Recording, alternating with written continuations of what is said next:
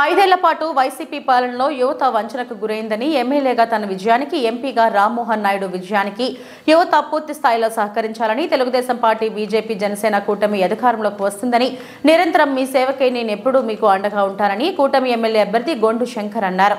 శ్రీకాకుళం జిల్లా ఎన్టీఆర్ మోక్షజ్ఞ సేవా సంఘం ఆధ్వర్యంలో నగరంలో అన్ని డివిజన్లకు చెందిన యువత అండదండలతో భారీ ఎత్తున బుధవారం జిల్లా తెలుగుదేశం పార్టీ కార్యాలయంలో శ్రీకాకుళం నియోజకవర్గ ఉమ్మడి కూటమి ఎమ్మెల్యే అభ్యర్థి Gondu Shankar, youth icon parliament సభ్యులు కింజారపు రామ్మోహన్ నాయుడు విజయానికి మద్దతుగా భారీ ఎత్తున యువత సమావేశం జరిగింది. నగర తెలుగుదేశం పార్టీ అధ్యక్షులు, జిల్లా నందమూరి బాలకృష్ణ ఫ్యాన్స్ అధ్యక్షులు మాతారపు వెంకటేష్ అధ్యక్షతన యువకులతో శంకర్ ముఖాముఖి కార్యక్రమంలో పాల్గొన్నారు.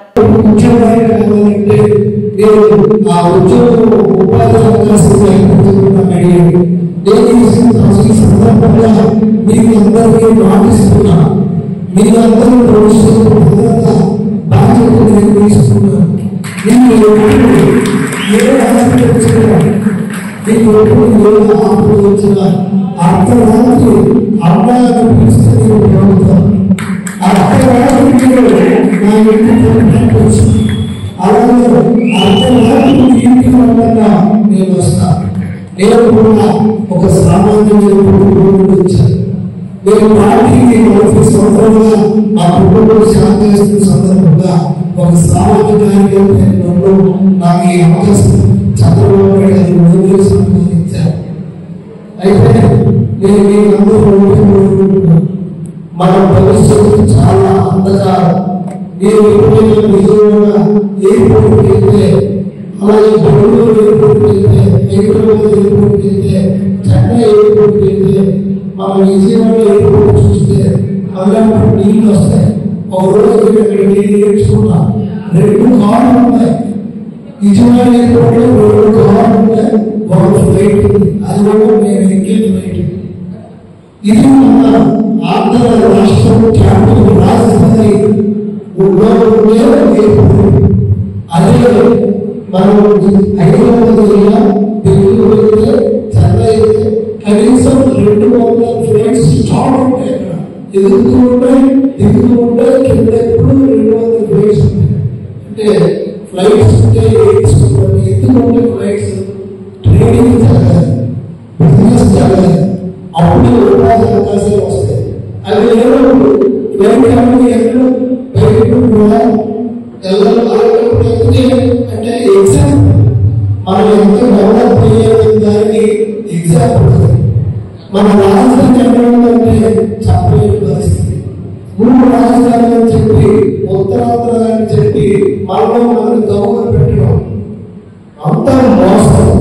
శ్రీకాకుళంలో పరిస్థితి చూస్తే మాకు ఒక కార్పొరేషన్, మీరే చెప్పండి, ఒక కార్పొరేషన్ ఉందా?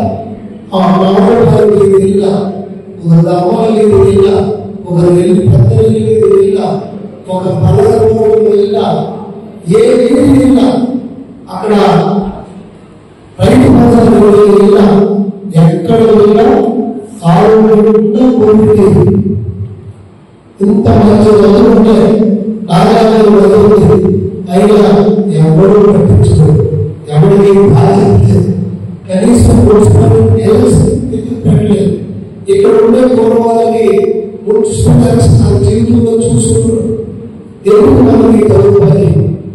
ఇక్కడ 18 సంవత్సరం మున్సిపల్ ఎలక్షన్ చెప్పింది, 15 సంవత్సరాలు ఎలక్షన్ పెట్టట్లే.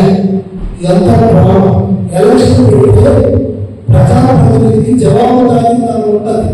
మనం ఓటు వేసి గెలిపిస్తున్నాం కనుక ఆయన మనకు సమాధానం చెప్పాడు. రాజ్యాంగం కల్పించిన రాదు. అందుకే మీకు ఈ సందర్భంగా నేను తెలియజేస్తున్నాను.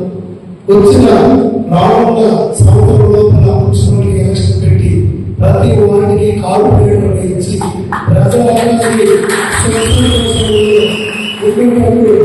చేస్తాం. మన వీధిలో ఎలక్ట్రికల్ సమస్యలు ఉన్నాయి, మీకు తెలిస్తే.